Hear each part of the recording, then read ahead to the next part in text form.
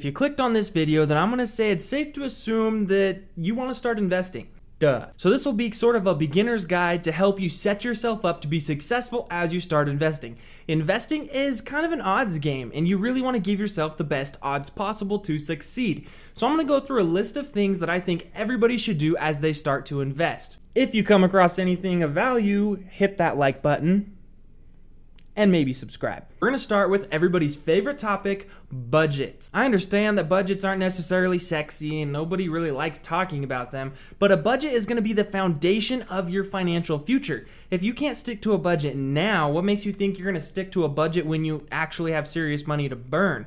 And if you don't have a good budget, then your investments don't matter. The primary goal to making a budget is to live below your means. If you're trying to invest, then you have to create what I call an income gap. If your income and your expenses match each other, you can't invest. You don't have any money to invest. So you have to budget in a way that decreases your expenses and maximizes your income to make that gap as big as you can get it. The bigger the gap, the faster you can invest. An easy rule for budgeting, and I have another video about this, is the 50-30-20 rule. 50% of your income goes to necessary expenses, 30% of your income goes to wants, and 20% goes to investments. I won't spend much time on that. Instead, I'm going to move forward to the next most important principle, and that is going to be avoiding unnecessary debt. Now remember, there's good debt and bad debt. You want good debt. That's things like real estate, debt that brings you money.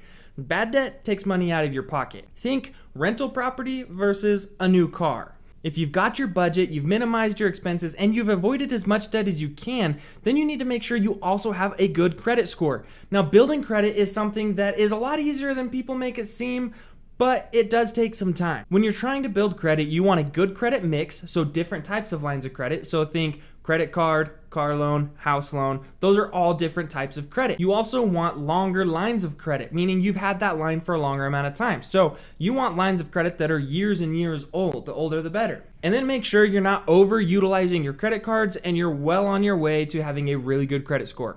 Now you're ready to actually start investing, but don't get too excited. You got to do the boring part first. And when I say the boring part, I'm talking about the boring path. Now, what I refer to as the boring path is a Roth IRA account.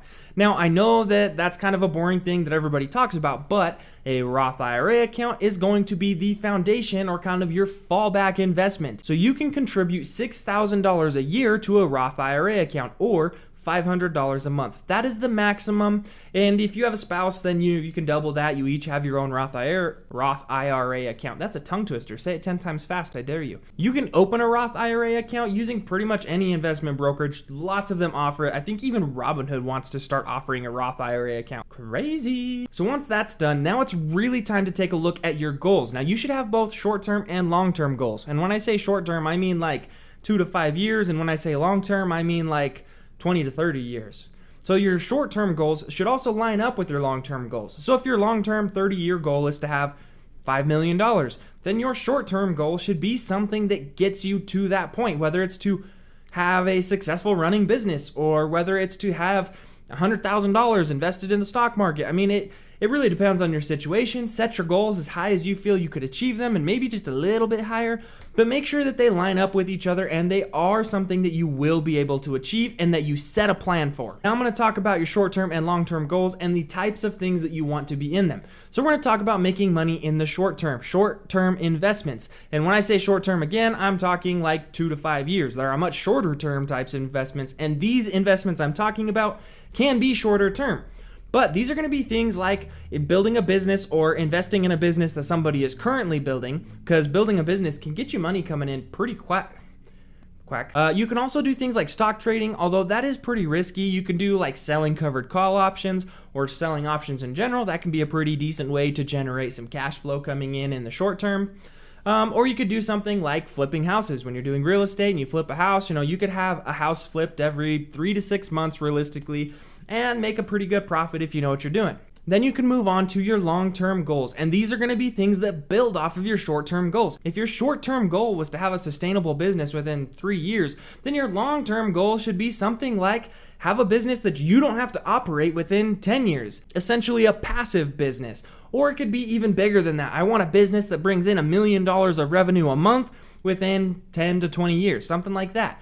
And again, those are all going to vary based off of your experience and your situation. And of course, your Roth IRA is going to be something towards your long-term goals because you can't access that till you're 59 and a half anyways, so just forget about it. Keep contributing every month. Real estate can be an excellent long-term wealth builder. It can build wealth in the short term, say in 3 years, you want to have 3 rental properties. That's very doable. I mean, pretty easy to do actually. 3 rental properties in 3 years.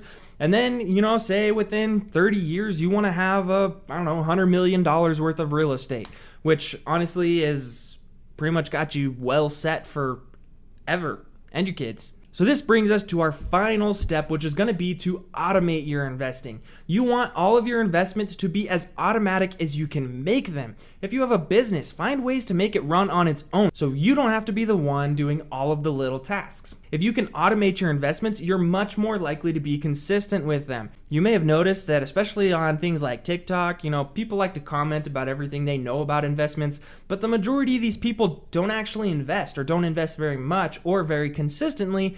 And a lot of that is due to them not having automated investment strategies. When you have a plan, you automate that plan, then you're very unlikely to deviate from that plan, thus making your odds of success go much, much higher. For all of this though, guys, what I want you to understand is that there is risk involved with investing. I know it's easy to get excited about the returns and you want to make as much money as you can in as little amount of time, and that's great. Obviously, that's what we all want.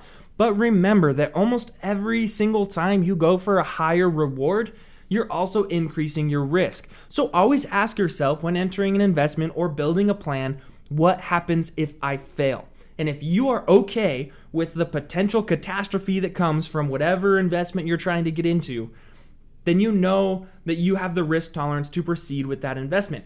Always ask yourself that. What happens if it fails? Use that to assess your risk and make sure that you're getting into investments that you actually are going to be able to stick with. Otherwise, you're going to start an investment, and as soon as it starts to go down, you're just going to sell at the bottom. So to recap, have a budget, make a good solid plan, automate that plan as much as you can, and assess your risk tolerance properly. Make sure you hit that like and subscribe button, and I'll see you in the next one.